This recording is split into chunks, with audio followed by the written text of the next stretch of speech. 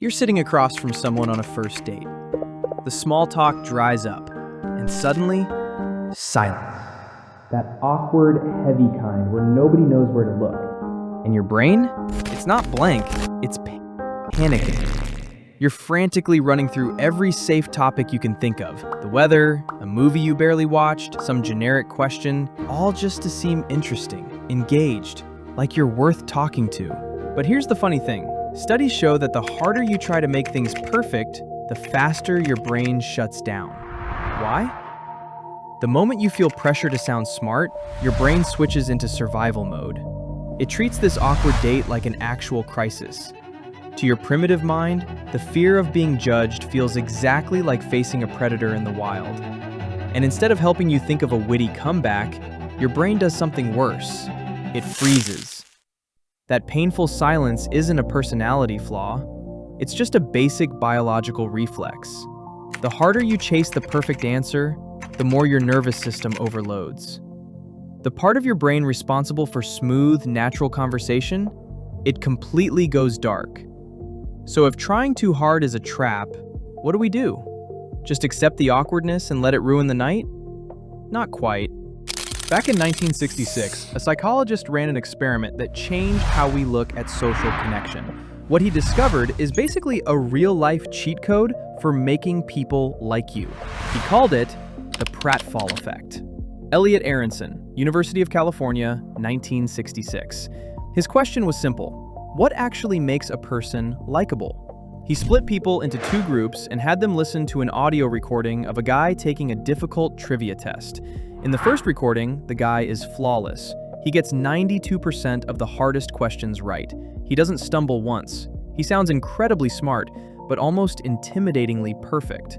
In the second recording, it's the exact same guy. Same 92%, same smart answers. But right at the end, you hear a sudden mess, a loud clatter. He spills coffee all over his expensive suit. Then his voice goes totally flustered. "Oh my God, I'm so sorry, I'm so clumsy. My new suit is ruined." The results surprised everyone. The group that heard the second recording, the one with the coffee spill, rated the guy as way more likable than the perfect version. That is the Pratfall Effect. Here is why it works. People who are too perfect, who never slip up or admit they're struggling, accidentally create a wall. Perfection sends a quiet signal, "I'm better than you." And that signal makes other people feel defensive and quiet. But a highly capable person who occasionally messes up, who openly laughs at their own mistakes, that triggers something powerful. Relief, empathy, a feeling that it's okay to relax. When you let your guard down, you instantly take the pressure out of the room.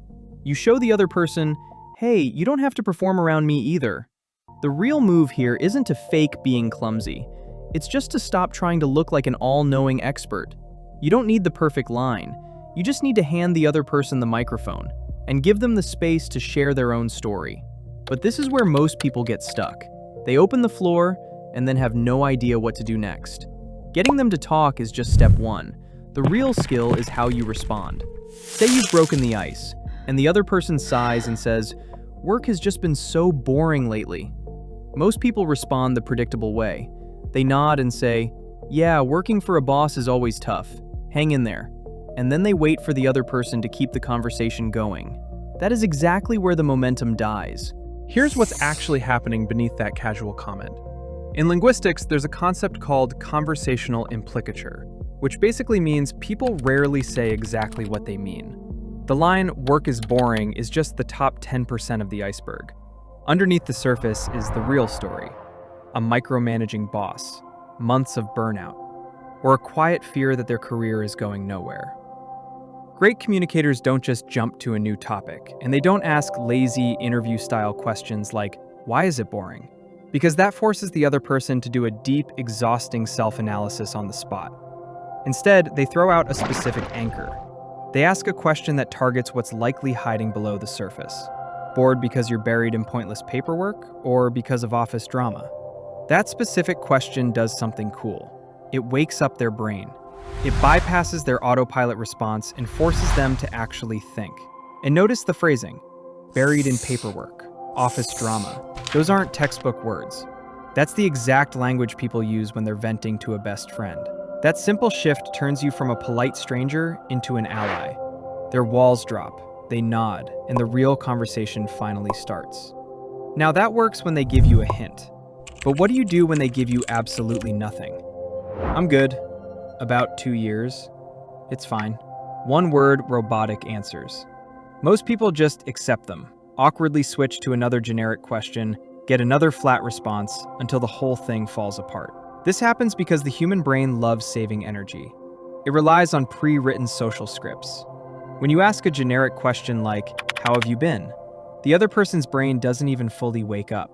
It just pulls a standard, cached reply from the subconscious. You're basically talking to an automated voicemail.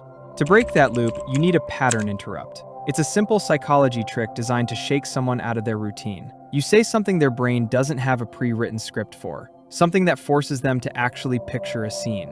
Here's how it looks. You pause for just 2 seconds, long enough to show that what you're about to say is intentional. Then you ask something unexpected. If you woke up tomorrow as an 8-year-old kid, but you kept every single memory and lesson you have right now, what's the very first thing you'd do? Scientifically, a question like that triggers a small hit of dopamine because of the sheer novelty. The automated script crashes. Their brain has to actually turn on to build an entirely new answer from scratch. The polite, plastic social armor cracks. They smile, their eyes light up, and the real version of them, the one they don't show to just anyone, finally comes through. You didn't just pass the time, you actually connected. But even with all these tools, there are times when absolutely nothing works. And if you don't understand why, you'll blame yourself every single time. Let's be completely honest. You've tried everything. You were vulnerable. You dug beneath the surface. You asked great questions. You did everything right. And they still crossed their arms, let the silence sit, and went right back to their phone. In social science, this is explained by social exchange theory. A conversation only works when the energy is balanced. It's a game of catch. You throw the ball, they have to throw it back. If they let the ball hit the ground every single time, the game is already over. This is where self-aware people trip themselves up. When a conversation fails, they immediately blame themselves. What did I say wrong? Am I bad at this? But science says, stop. The mistake isn't yours.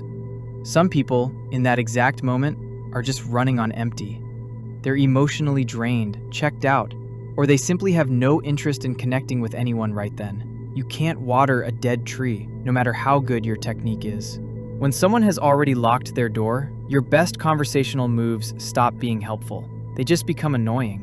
Real mastery isn't about dragging a dead conversation out at all costs. It's knowing when to stop, to smile, nod, quietly take your energy back, and walk away. That silence isn't your failure. It's just their boundary.